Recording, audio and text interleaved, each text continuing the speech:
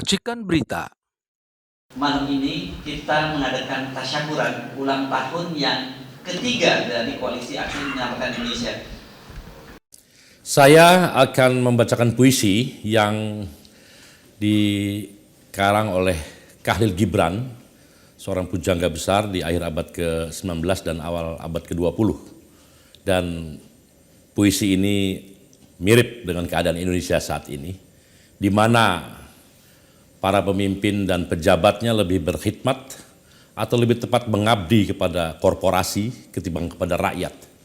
Sehingga bangsa yang begitu subur, begitu banyak sumber daya alam, tetapi tidak sebesar-besarnya untuk kemakmuran rakyat, bahkan untuk kemakmuran segelintir orang saja. Dan kata lain, bangsa ini salah urus. Dan itu adalah penyebab dari bangsa kita yang nampak tidak beranjak maju menjadi bangsa yang besar, sejahtera, dan makmur. Dan karena itu harus mendapat koreksi yang sangat serius bagi kepemimpinan Indonesia di masa yang akan datang. Dan saya akan bacakan sebuah puisi ini. Bangsa kasihan. Kasihan bangsa yang mengenakan pakaian yang tidak ditenunnya, memakan roti dan gandum yang tidak ia panen, dan meminum anggur yang ia tidak memerasnya. Kasihan bangsa yang menjadikan orang dungu sebagai pahlawan dan menganggap penindasan penjajah sebagai hadiah. Kasihan bangsa yang meremehkan nafsu dalam mimpi-mimpinya ketika tidur, sementara menyerah kepadanya ketika bangun. Kasihan bangsa yang tidak pernah angkat suara, kecuali jika sedang berjalan di atas kuburan, tidak sesumbar kecuali di reruntuhan, dan tidak memberontak kecuali lehernya sudah di antara pedang dan landasan. Kasihan bangsa yang negarawannya serigala, filosofnya gentong nasi, dan senimannya tukang tambal dan tukang tiru.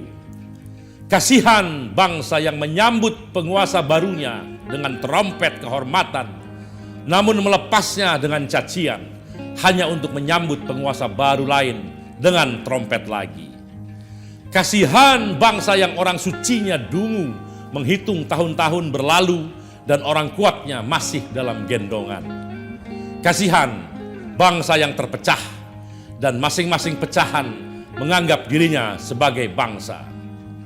Inilah keadaan Indonesia saat ini, dan mudah-mudahan dengan satu kepemimpinan yang baru kelak, Indonesia akan terbebas dari segala kemungkinan malapetaka yang semakin dahsyat terjadi di negara, di bangsa ini.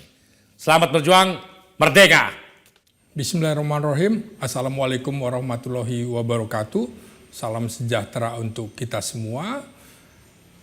Pada saat Koalisi Aksi Menyelamatkan Indonesia berdiri pada Agustus 2020 yang lalu, kita tahu bahwa kepemimpinan Presiden Jokowi pada 2020 itu dinilai mendapatkan rapot terburuk berdasarkan laporan The Economist Intelligence Unit atau IEU, dan di situ indeks demokrasi Indonesia tercatat menduduki peringkat 64 dunia dari 167 negara dengan skor 6,48. Nah, pada 2020 itulah indeks demokrasi Indonesia tercatat sebagai skor terendah dalam 14 tahun terakhir. Artinya indeks demokrasi Indonesia di era Presiden Jokowi lebih buruk daripada era Presiden Susilo Bambang Yudhoyono.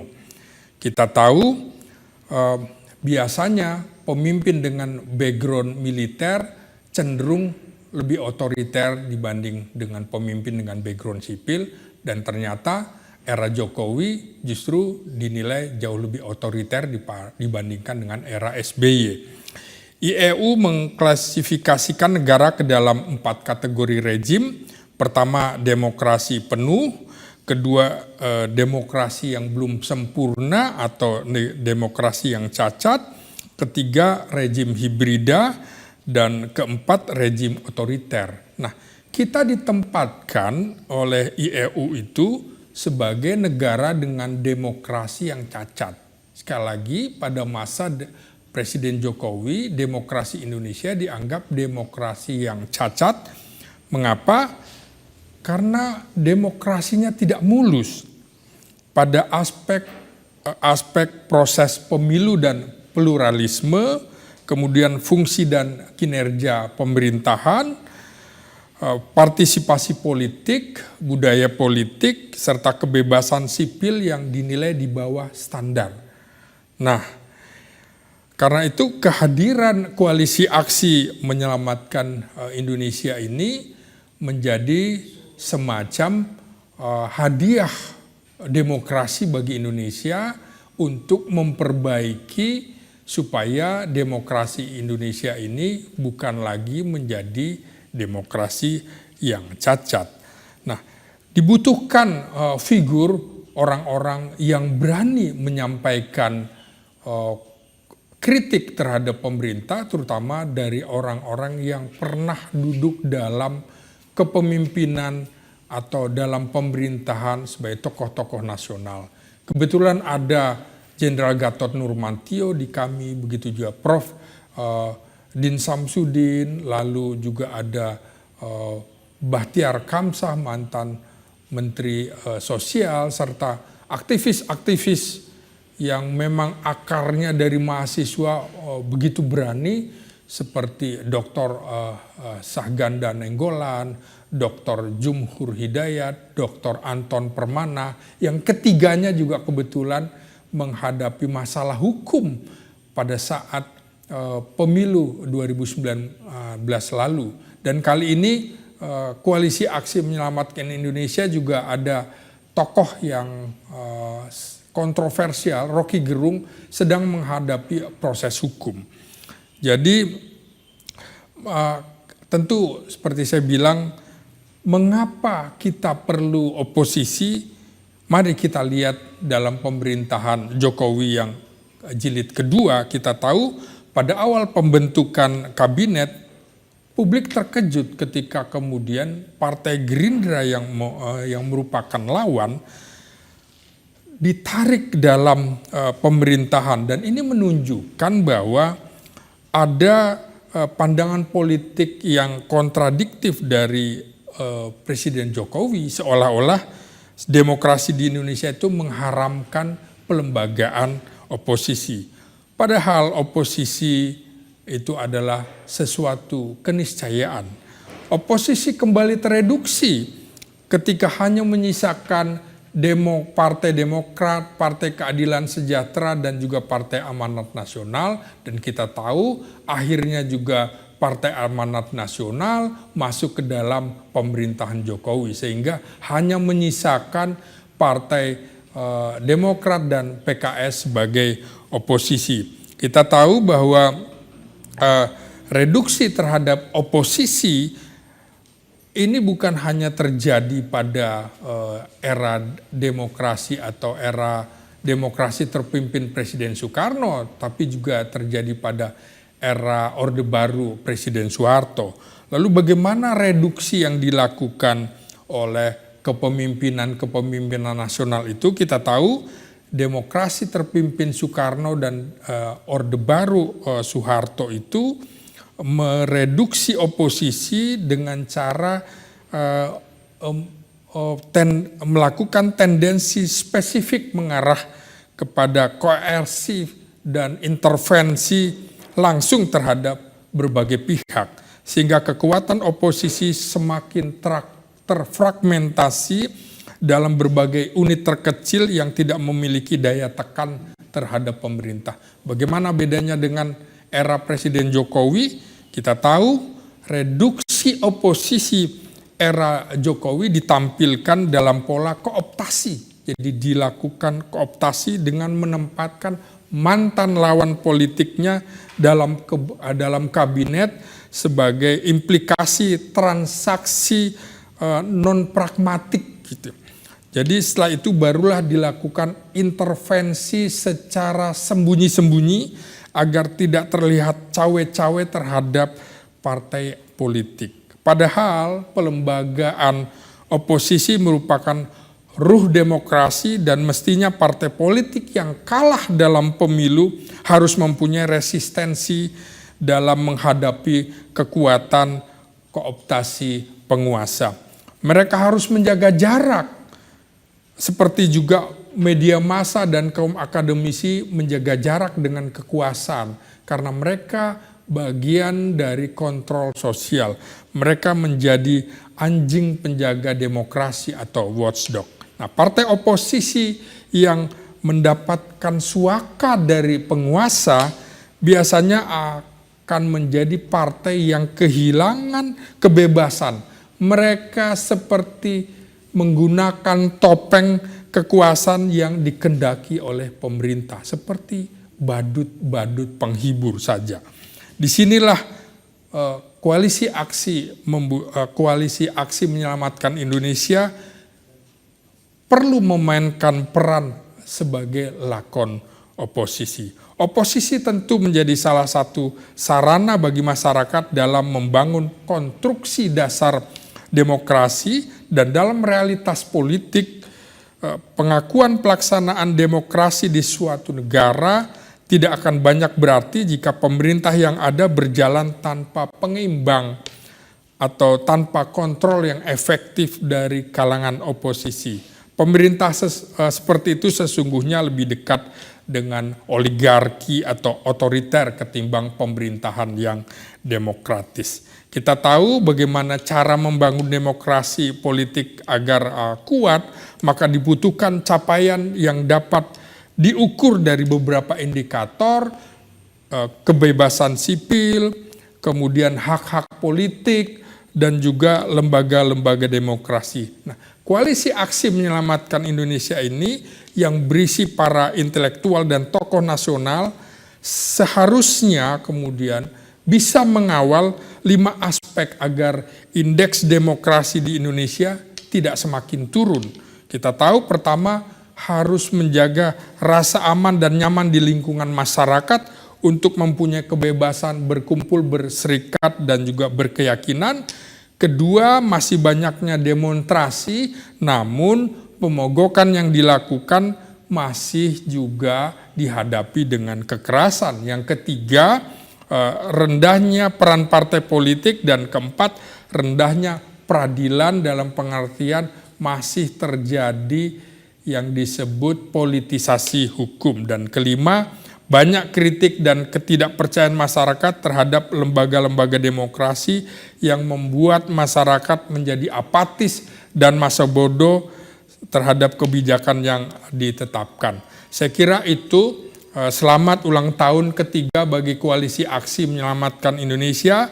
Teruslah membangun kesadaran masyarakat akan arti oposisi, akan arti demokrasi, sehingga muncul peran kesadaran yang lebih tepat dan kualitas demokrasi Indonesia akan semakin baik. Saya kira itu yang bisa saya sampaikan dalam orasi kebangsaan ini. Terima kasih, saya Slamet Ginting mengucapkan selamat ulang tahun kami. Assalamualaikum warahmatullahi wabarakatuh. Saya dengan Doni Handri Cahyono, Ketua Komisi Eksekutif kami Jawa Timur, mengucapkan selamat ulang tahun bagi kami, Koalisi Aksi Menyelamatkan Indonesia. Kami berharap Koalisi Aksi Menyelamatkan Indonesia tetap menjadi kiblat bagi para aktivis nasional dan diaspora, dan menjadi arah vektor yang sama, menjadi acuan bagi kita semua agar selalu menjadi ada perubahan di dalam negara dan negeri ini. Perubahan tidak selalu melewati pilpres, perubahan bisa melewati dari segala hal dan yang cepat. Harapan kami bisa menjadi idola bagi para kawan-kawan yang bergerak untuk perubahan. Situasi saat ini sangat tidak menentu. Itulah di Indonesia. Perubahan-perubahan yang mengejutkan akan menjadi hal-hal pemetaan yang berbeda. Maka dari itu, kita harus selalu waspada dan kita tidak boleh terlalu terkagum-kagum. tetapi kita tetap terus berubah. Harapan kita kepada bangsa ini agar kezoliman, kemungkaran segera berakhir. Tidak harus pada pilpres. Karena di dalam keadaan seperti ini rakyat sudah menjerit. Rakyat sudah merasa tertindas. Maka ayo kita semuanya bangun untuk memajukan bangsa ini. Karena hanya dengan berubah saat ini lewat people power, maka kita akan menjadi bangsa dan umat yang beradab. Karena people power adalah konstitusi. Kita melewati dengan hal-hal yang baik, dengan hal-hal yang telah diatur. Itu adalah hak bagi rakyat kita. Tentunya semua harus diluruskan dengan undang-undang. Selamat ulang tahun untuk kami, terus berjaya di seluruh Indonesia dan tetap abadi selamanya. Assalamualaikum warahmatullahi wabarakatuh. Allahu Akbar, Allahu Akbar, merdeka. Alhamdulillah, kita panjatkan puji syukur kehadirat Allah Subhanahu wa Ta'ala bahwa kami telah berulang tahun yang ketiga. Mudah-mudahan Allah senantiasa memberi ridho dan mengabulkan apa yang menjadi cita-cita kami dalam memperbaiki situasi bangsa dan negara Indonesia. 18 Agustus 2020 adalah deklarasi kami di Tugu Proklamasi. Tugu Proklamasi ada dua tokoh proklamator di sana, yaitu Soekarno dan Hatta. Namun fenomena rezim Jokowi ini seperti menghilangkan satu tokoh proklamator Hatta, sehingga di mana-mana sekarang dibangun patung-patung Soekarno. Padahal tokoh proklamator adalah Soekarno-Hatta. Soekarno sendiri tentu tidak bisa disebut proklamator, karena berdua seharusnya. Soekarno bisa diberi warna dan citra beragam, di samping sebagai pejuang bangsa. Ia juga adalah Bapak Nasakom, karena ia yang memperkenalkan nasionalis, agama, dan komunis. Bahkan dalam sejarahnya, ia memproteksi Partai Komunis Indonesia. Oleh karena itu kami pada tuntutan yang ke-6 dari 8 tuntutan menegaskan bahwa penyelenggara negara, khususnya pemerintah, DPR, DPD, MPR, tidak boleh memberi ruang kepada kebangkitan komunisme, ideologi anti Pancasila, dan separatisme. Itu poin satunya, berkaitan dengan poin 6 tuntutan. Yang kedua adalah bahwa harus menghentikan stigmatisasi kelembagaan keagamaan, radikalisme, intoleransi, bahkan ekstremisme. Dan yang ketiga, menegakkan ekonomi dan politik luar negeri yang bebas aktif, tidak boleh bertekuk lutut kepada suatu negara. Maka poin ini menjadi sangat penting. Soal komunisme adalah bahaya laten. Bulan Mei, Juni, Juli 2020, sebelum kami mendeklarasikan bulan Agustus 2020, itu fase pembahasan rancangan undang-undang HIP. Haluan ideologi Pancasila yang sebenarnya halawan ideologi Pancasila.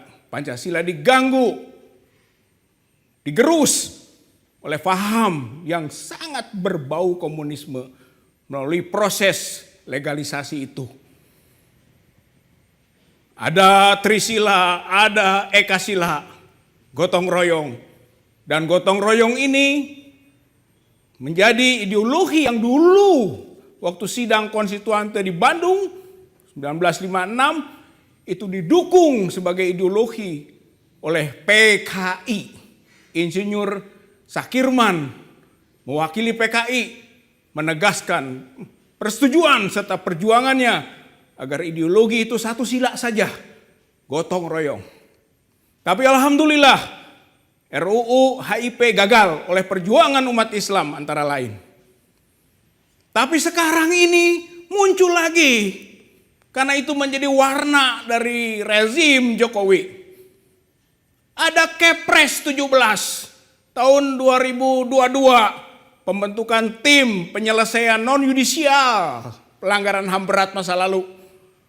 Ada Inpres 2 tahun 2023 soal pelaksanaan rekomendasi penyelesaian non-yudisial pelanggaran HAM. Dan ada Kepres nomor 4 mengenai pembentukan tim pemantau pelaksanaan rekomendasi penyelesaian non-yudisial pelanggaran HAM berat. Di sana HAM berat memang bukan hanya satu kasus. Ada Tanjung Priuk, ada Banyuwangi, ada Semanggi, Trisakti. Tapi sebetulnya agenda terselubungnya adalah soal peristiwa 1965. Sehingga maknanya adalah bagaimana menyantuni, bagaimana memulihkan kembali, bagaimana melindungi, serta mengangkat harkat dari aktivis PKI dan keluarga PKI. Bahkan di dalamnya ada nuansa permohonan maaf, penyesalan rezim Jokowi terhadap para korban yang disebut korban peristiwa 65-66 yang dianggap korban adalah justru PKI. Dan yang menjadi penyebab atau pelaku adalah TNI dan umat Islam. Saya kira inilah warna rezim Jokowi, sehingga pantas kalau kami menegaskan tentang tuntutannya. Jangan memberi ruang bagi kebangkitan komunisme. Poin 3-nya adalah soal bebas aktif ekonomi dan politik luar negeri kita. Karena ekonomi dan politik luar negeri sudah berpihak kepada satu negara, sudah bertekuk lutut pada satu negara. Negara itu adalah Republik Rakyat Cina. Buktinya pada bulan Juli akhir kemarin Jokowi dan tim diundang oleh Xi Jinping ke Chengdu RRC. Membuat kerjasama ekonomi yang membahayakan negeri Indonesia. Karena dari ekonomi bisa menjadi penjajahan politik ke depannya. Dan itu telah terasa oleh kita bagaimana intervensi, dominasi, hegemoni mulai bergerak dari kekuatan luar Republik Rakyat Cina terhadap Indonesia. Bahkan poin 6 dari MOU atau kebersamaan Indonesia-Cina adalah two countries, twin pact. Jadi begitu eratnya Indonesia dengan Cina yang dibawa oleh rezim Jokowi ini sehingga dianggap sebagai satu taman kembar dari dua negara. Bahaya sekali ini. Oleh karena itulah maka kita ingat dulu waktu zaman PKI, Aidit diundang oleh Mao Zedong ke Peking membicarakan tentang masa depan Indonesia pasca Soekarno. Jangan-jangan juga Jokowi diundang sekarang ke Cina untuk membicarakan juga bagaimana Indonesia pasca Jokowi. Dulu yang ditakuti adalah kekuatan kanan dipimpin oleh Nasution. Wallahu alam sekarang juga ada yang ditakuti tentu saja oleh rezim ini dan oleh PKI, Neo dan oleh Cina, siapa yang akan memimpin negeri Indonesia ini setelah Jokowi. Oleh karena itulah maka betapa strategisnya tuntutan dari kami ini. Mudah-mudahan kami tetap menjadi kekuatan yang memberi semangat koalisi rakyat bersama dan menjadi kekuatan yang memberi semangat juga untuk adanya aksi-aksi nyata dalam rangka menyelamatkan Indonesia. Dan semangat terus untuk beroposisi, lawan kezaliman, lawan ketidakjujuran, lawan ketidakadilan, lawan rezim otoriter, kleptokrasi, oligarki, tirani, dan penyalahguna dari kekuasaan yang diamanatkan oleh rakyat. Kami tetap berjaya. 3 tahun telah dijalankan, 4 tahun, 5 tahun, selamanya kami akan menjadi kekuatan bangsa ini yang menyelamatkan negeri Indonesia. Bismillahirrahmanirrahim. Assalamualaikum warahmatullahi wabarakatuh. Saudara, kami tidak terasa KAMI, Koalisi Aksi Menyelamatkan Indonesia, sudah tahun ketiga. Memang masih seumur jagung betul, tapi kami tanpa bermaksud berjumawa. Saya kira KAMI yang dikomandani oleh trio Kiai Rahmat Wahab, kemudian ada Profesor Din Samsudin dan Jenderal Gatot Nurmantio telah memberikan kontribusi yang nyata buat perkembangan demokrasi di negeri tercinta ini. Seperti kata Prof. Din Samsudin ketika deklarasi pertama pada 18 Agustus 3 tahun silam, kami didirikan untuk meluruskan kembali, mengkalibrasi arah kiblat bangsa yang sudah melenceng. Dan memang terasa sekali bahwa dalam perjalanannya sejak diproklamasikan pada tahun 45 Indonesia Merdeka tidak kunjung mencapai tujuan seperti yang dicita-citakan oleh para pendiri bangsa. Masyarakat adil, sejahtera, semakin entah kemana. Memang ada yang sejahtera, ada masyarakat yang sejahtera bahkan sangat kaya raya. Tapi jumlahnya amat terlampau sangat sedikit. Nah, kalau udah amat terlampau sangat sedikit, saya nggak tahu secara struktur bahasa bagaimana. Tapi saya ingin menekankan bahwa betapa tidak adilnya yang namanya kue kesejahteraan, kue kemerdekaan yang dengan susah payah dibangun oleh para pendiri bangsa kita. Rakyat yang mana yang merdeka, rakyat mana yang sejahtera, masih jauh dari merata. Nah, dalam perjalanannya tentu banyak onak dan duri, pasang naik, pasang surut, timbul tenggelam dan sebagainya. Namun kami tetap berusaha untuk menjadi suatu gerakan moral force, moral pressure yang memang pada perkembangan selanjutnya dalam beberapa diskusi, misalnya filosof dan juga pengamat politik Rocky Gerung menyatakan sudah saatnya kami menaikkan giginya, maksudnya gigi personnelingnya ya. Karena ternyata menjadi moral force saja tidak cukup untuk negeri yang dikelola oleh para para pejabat yang tidak bermoral. Nah, begitu ya. Kita menjadi gerakan moral tapi para pejabatnya kadung dan sangat menikmati tidak bermoral. Yang namanya etika bukan cuma rendah, bukan cuma titik nadir, tapi sudah meluncur kepada kubangan, sudah minus ya. Bagaimana orang-orang yang memiliki jabatan untuk membuat regulasi juga bermain di bisnis yang diregulasikan ya.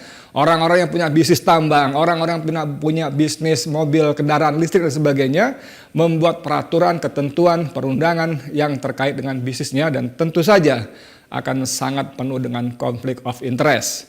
Bahkan seorang menteri yang ditugasi mengurus BUMN pun dengan jumawa waktu awal dia menjabat, dia mengumpulkan seluruh direksi dan komisaris BUMN dan dengan jumawa dia mengatakan, ingat saudara sekalian bahwa BUMN itu adalah badan usaha milik negara, bukan badan usaha milik nenek lo. Tapi dalam perkembangannya memang tidak menjadi nenek lo, tapi badan usaha milik nenek gua. Itu yang terjadi. Bagaimana begitu banyak konflik kepentingan mewarnai kebijakan-kebijakan seputar pengelolaan BUMN kita. Orangnya sibuk tebar pesona, pasang gambar di mana-mana. Pada saat yang sama, BUMN khususnya BUMN karya semakin merana dan satu persatu tumbang berjatuhan dengan utang yang menggelumung menjadi sangat raksasa. Saudara sekalian, rakyat Indonesia yang saya cintai, yang saya banggakan, kita tidak lagi berbeda pendapat saya kira pada titik pengelolaan bangsa negara yang ugal-ugalan, yang amburadul, yang semau gue, yang menjadikan istilah Profesor Denny Indrayana hukum menjadi alat kekuasaan untuk memidanakan, untuk melemahkan, bahkan menghancurkan lawan politiknya. Hukum, apa istilahnya, adegium bahwa hukum tajam ke atas, tajam ke bawah, tumpul ke atas sudah sangat cetowelo-welo kata orang Jawa. Ya. Contoh paling baru adalah ketika Muhaimin Iskandar begitu dideklarasikan langsung KPK menyalak dengan keras dan akan memanggil yang bersangkutan untuk kasus pada 2012. Pada saat yang sama begitu banyak kasus-kasus pelanggaran dilakukan oleh para pejabat publik kita menguap entah kemana.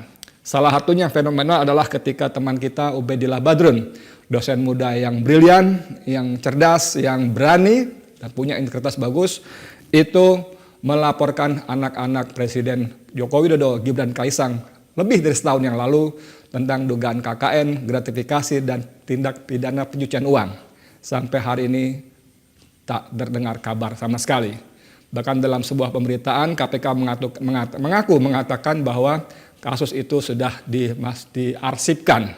Dulu kita sebut dideponir, mereka menyebut diarsipkan. KPK juga tidak kunjung bergerak walaupun sejumlah tokoh besar seperti Amin Rais, Rijal Ramli dan beberapa tokoh lain mendatanginya. Boro-boro untuk menerima dengan santun ya. Orang-orang itu bagaimanapun punya jasa besar, khususnya Amin Rais misalnya yang dikenal sebagai Bapak Reformasi yang antara lain menghasilkan mendirikan KPK. Toh mereka bukan cuma pengecut, tapi saya menyebutnya tidak punya adab dan juga sekaligus sama sekali tidak cerdas. Nah saudara sekalian, pada titik-titik seperti inilah kami hadir dan saya berharap kami akan menjadi gerakan yang seperti kata Rocky Gerung tadi ya, personalingnya harus dinaikkan lagi karena rezim ini memang menunjukkan muka tebal, dablek, bebal, dan kopoh kata orang Belanda ya.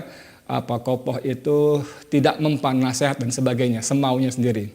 Tinggal bagaimana personal yang berikutnya, mungkin para presidium 3 tokoh tadi, Jenderal Gatot, Profesor Din, dan Kiai Rohmat yang akan menguruskan bersama-sama untuk kita bisa eksekusi. Saya kira begitu, mohon doa dari seluruh rakyat Indonesia agar kami KAMI bisa terus menjalankan misinya untuk mengkalibrasi, meluruskan kembali arah kiblat bangsa yang sudah melenceng. Semoga Tuhan mengampuni kita, semoga Allah SWT menyelamatkan Indonesia dari cengkraman oligarki yang semakin merajalela. Mewakili membaca puisi Bapak Dr. Anton Permana. Negara dan Penjara oleh Dr. Anton Permana. Dunia paling sempurna itu penjara. Karena ada negara dalam negara. Kehidupan warga dan petugasnya fakultatif saja. Alias suka sama suka. Punya aturan sendiri, bahkan melampaui aturan negara. Di dalam penjara ada negara. Siapa bilang penjara itu terkekang? Justru dalam penjara itu ada kebebasan yang tak dimiliki oleh orang di luar penjara. Karena tembok tinggi penjara yang kokoh dingin itu adalah tameng pelindung kebebasan penghuni penjara. Ada apotek, ada PSK, penjual sabu keliling, ada slot online. Wah, banyak yang di luar dilarang. Di penjara itu bebas terlindungi. Bak kentut, ada bau, tak ada bunyi. Aneh bukan? Itulah penjara. Semua boleh dan bebas asal koordinasi. bisik-bisik, lobby, selesai. Dalam penjara itu juga paling lengkap jenis manusianya. Semua dilabeli dengan angka-angka sakti berupa 338, 378, 362, 128, 112, 114, 131, 132, 55, 56, 80, 81, 365, 27, 28, 363, 303. Bahkan yang tak ada pasalnya pun bisa dibuatkan pasal atas nama atensi. Di penjara juga ada geng kelompoknya. Ada Aceh, Korea atau Batak, Palembang, Betawi, Arek, Makassar, Ambon, dan Indonesia Timur. Disitulah tuah penjara. Siapapun Anda harus tunduk dengan aturan penjara. Kalau tak koordinasi dan prakondisi, maka bersiaplah dari korban para napi lainnya. Disitulah tuah penjara. Siapapun Anda harus tunduk dengan aturan penjara. Kalau tak ada koordinasi dan prakondisi, maka bersiaplah jadi korban para napi. Disitulah tuah penjara. Kalau ingin eksis di penjara, maka harus punya 2 tangan sakti. Power, jaringan, dan money. Di penjara itu ibarat negara sendiri. So idealis Anda akan mati. Mau keras akan diselti. Tapi kalau juga terlalu lembek akan jadi korban kriminalisasi. Sempat terjebak hutang, maka Anda bunuh diri karena takut dikejar BNN. Bagi anak nagih, debt collector ala penjara. Begitulah penjara. Di dalam penderitaan harus pandai-pandai mencari kesempatan. Kalau tak ingin jadi objek ketidakadilan dan penindasan. Namun jangan salah, kadang dalam penjara juga ada sumber kehidupan yang buat hidup ribuan tahanan. Tapi mesti tutup mata apa yang dinamakan halal dan haram. Semua fasilitas di negara adalah cuan. Bagi siapa? Bagi siapa yang bisa memanfaatkan peluang di dalamnya. Mau kasur, kipas angin, termos, bahkan tusuk gigi, rice cooker, piring pun semua bisa masuk asal kordi. Tidak itu saja, mau CB, PB, CMB, asimilasi atas nama biaya administrasi, semuanya money. Angkernya penjara jangan sesekali pernah dibayangkan. Mulai dari bau busuk, air kotor, nyamuk, panas di kerangkeng 24 jam dalam satu ruangan, terhimpit sesama tahanan. Sel penampungan itu namanya. Kepala jadi kaki, kaki jadi kepala, bahkan kaki toilet pun jadi sandaran kepala untuk tidur bergantian. Jauh berbeda guys dengan penjara koruptor dan para bos. Sel tahanan ini disulap jadi kamar hotel berbintang penuh dengan AC, dengan berbagai fasilitas dan tamping tahanan pendamping, pelayanan asal cocok harga dan angka cuan koordinasinya. Di penjara segala watak perilaku ada.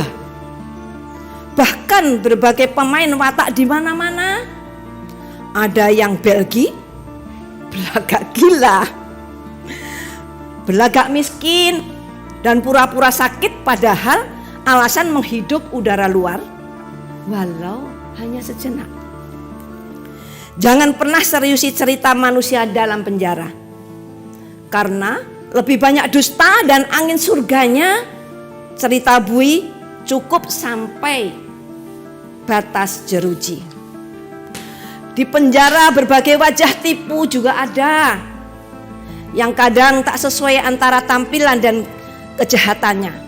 Sampai LGBT juga merajalela. Wajah bersih bak ulama ternyata bandar narkoba. Wajah pejabat mentereng ternyata maling dan pembunuh berencana. Wajah bengis dan tatoan ternyata korban cepu aparat bayaran. Wajah ganteng, klimis bersih ternyata penjual sabu, inek dan narkoba. Wajah polos, aki-aki, ringkih ternyata kasus pencabulan. Wajah lugu, bahkan disabilitas, elit, ternyata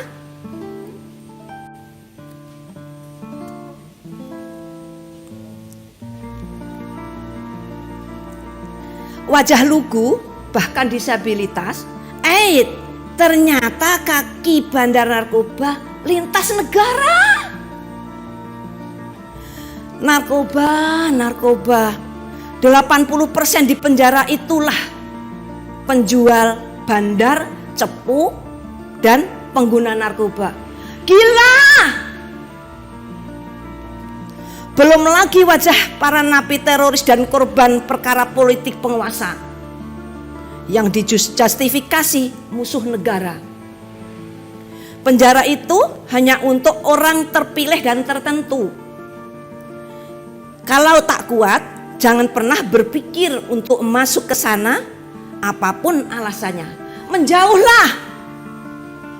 Kecuali memang takdir dan nasib berbicara. Tapi kadangkala ada penjara justru menjadi tempat kita bertemunya Tuhan. Penjara tempat kita memahami arti kehidupan. Penjara tempat kita terhempas kembali ke titik nol kesadaran. Bahkan penjara justru bisa menjadi laboratorium kehidupan. Menghimpun energi, merancang strategi, mencari aspirasi, samudera introspeksi diri, pusat epicentrum motivasi dan panah sugesti untuk melakukan lompatan kehidupan yang lebih tinggi, menatap hari esok. Karena penjara sejatinya adalah titik pantul dari bola kehidupan kalau kita memaknainya dengan baik dan benar. Bagi mereka yang berpikir dan beriman tentunya. Penjara juga bukan selalu tempat terhina, tapi tempat kita menemukan potensi diri dan puncak kesadaran kolektif diri untuk terus bangkit dan tetap berdiri kokoh. Semua kembali pada manusianya. Memaknai penjara seperti apa? Rembulan atau matahari? Musibah, ratapan, titik kuantum diri. Penjara dan negara ibarat negara dalam negara tanpa bendera. Namun belum tentu semua yang dipenjara adalah pelaku kejahatan Akibat buruknya penegakan hukum dan peradilan, apalagi kalau kita bicara kasus orderan dan pesanan. Itulah penjara di negara kita. Sampai ada yang dipenjara hanya karena cinta dan peduli kepada negaranya. Dan itulah saya. Lapas Cipinang, Sabtu 2 September 2023. Racikan Berita